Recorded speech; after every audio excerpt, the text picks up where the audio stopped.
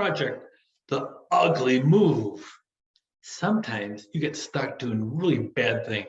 And sometimes it's not a matter of somebody not getting a job, somebody terminated. Sometimes it's just work. That's why they call it work, not fun. It's not fun. You don't get paid for fun. You get paid for work in the process. Here's an example. Everybody always wants to be in the world headquarters. It sounds so cool. Hey, I work in the world headquarters. It's pretty cool. I work in the district office. I'm hot stuff, as you know. Okay, in the process. And sometimes people live for that moment. One of the first colleges I worked at, we had a district office and we had 5 campuses and 2 satellite sites. So we had about 8 or 9 different sites overall. It was a pretty incredible experience. And a lot of people, they were just dying to go to district office. I work at district office. Ooh, wow. It's just a job. Just a job, dude. Do that. That's all it is. So that being said, if you're on a campus, well, you're just on a campus. I'm at district office. Okay. How much money you make? You make more or less? Oh, less. Okay. I see how that works.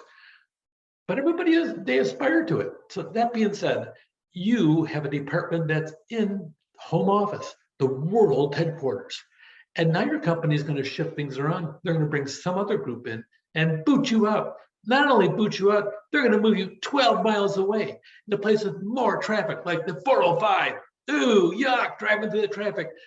But I have my life all scheduled. I get up at 7, I drop off the kids at 7:45, and I'm always here at 8 o'clock. Well, now you have to drop them off at 7:20 in the morning and then fight the traffic, and maybe it'll be here at 8 o'clock. Just don't be late in the process. More traffic. And on top of that, there's more crime over there. It's Bryant Airport. Planes go flying over all the time. There's crime over there. Somebody had their car broken in last month, and you're going to move over there. But I was over here at the world headquarters. Oh my gosh.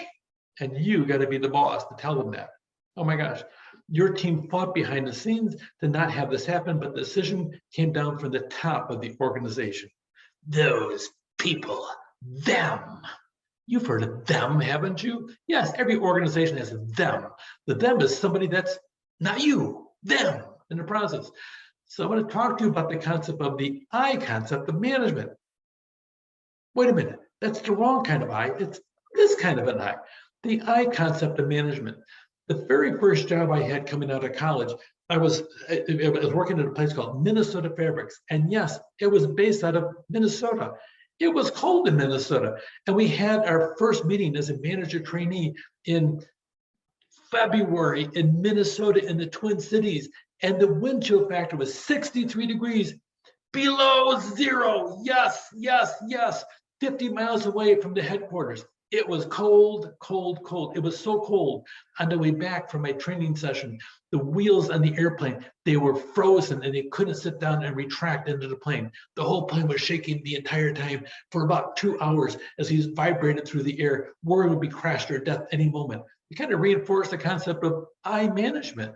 So the I concept of management really comes down to is when you go into a meeting, you are behind the doors, you have a right to fight for whatever you need to fight for. As a manager, you fight for your department, and frankly, you should. You need to represent the interest of your group among other managers in the process. So you sit down and you have these discussions, you talk to the bosses, you say this, well, this is what we're like. You want to move us out of the world headquarters, our people, this is a big deal. We have a lot of communication, we move quickly. We're actually probably one of the better departments you have in the entire company. And part of it is because we are here to have instant responses to you whenever you ask a question. You move us down over there, who knows what'll happen. We'll certainly do our best, but it really seems like to us like a notion.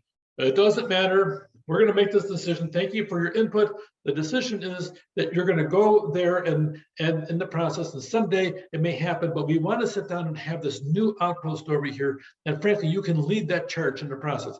We expect you to support us. That means you don't go behind their back and say, this is those people, them, they shove this out the door. I got to tell you, that is a really bad idea. One time, I forgot about the I concept of leadership. I worked at a 5-college district, and my president left, and my chancellor of the 5, she decides to come over and become my president and chancellor all at the same time. Oh my gosh, it was pretty wild. She was pretty detail oriented. She gave direction to me one time. We had registration, and this is actually a time when electronic registration didn't occur. We had manual registration. She says, and I went out in the hallway, I counted the number of students waiting to pay at the business offices. I was the chief business officer. We had 5 cashiers cranking away nonstop. I counted, I had 117 students lined up to pay one day. And then she comes by that afternoon and she says, David, I want you to go through and make certain that that phone is answered by the 3rd ring. If it's not, you're falling down on the job. Get your staff to answer that phone. But Patsy, I got to tell you, I know you're the chancellor and you're my acting president, but that said, trying to get that phone, I view those students that took the time out to be here as more important than the people that are calling because of the fact they're too tired to get up or whatever. I'm going to deal with the ones that are here first. They're entitled to that. If I sit down and take my staff away from the job of collecting money for these over here, I don't care. I want 3rd ring, even if it's to answer yourself all day long. I says, but you wanted this project done over here. So I don't care. I want that phone done. So next morning, to sit down with the staff. All right, everybody got your coffee? I got news for you. We're going to sit down and handle this ourselves. We're going to sit down and make sure we answer that phone. It's a big deal. And by the time it was all done, I got so much pushback. I says, Patsy told me to. Oh, her again. Later that afternoon, guess who shows up in my office? My chancellor. Oh, she's not just any chancellor. She's got flaming red hair piled 4 inches on top of her 5'11" frame and her high heels. She's about 6'4". She comes into my office. She sits in the chair across me. She says, David, I heard that you blamed me for it. I looked around trying to find somebody else to blame. She says, yeah, I did. Why did you do that? I said, because you're having something unreasonable. I said, we can't do that. I said, we're trying to serve the students. I said, I have people, I borrowed it from different departments. We still are behind. It's just, but you blame me for it. Well, I survived an inquisition and her and I came up with a compromise, barely. That was pretty risky on my part because she was known for firing people.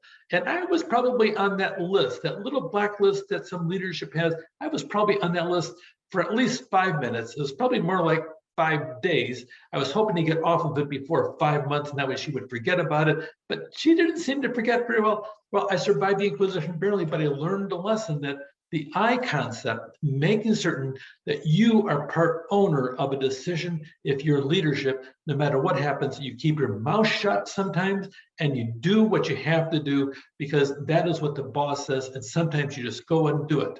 So Ugly Movemento, here it is. You got to write that letter. You can sit down and say, even though I advocated for this, by the time it's all done, we as a leadership, we made the decision that our department would move down to this center about 12 miles away. It's going to cause some things. I'll be able to work with you on some timing issues or whatever, but in the meantime, we're moving. And just to make clear, I'm supporting this decision. It's a hard thing to say, but by the way, this is about business and how to communicate to your staff, even on things like ugly moves. So sometimes you got to sit there and buckle up and say, here you go, and put that seatbelt on because it's part of leadership and all leaders go through turbulent waters at times. And this is getting you ready to sit down and be a leader who can survive at the end.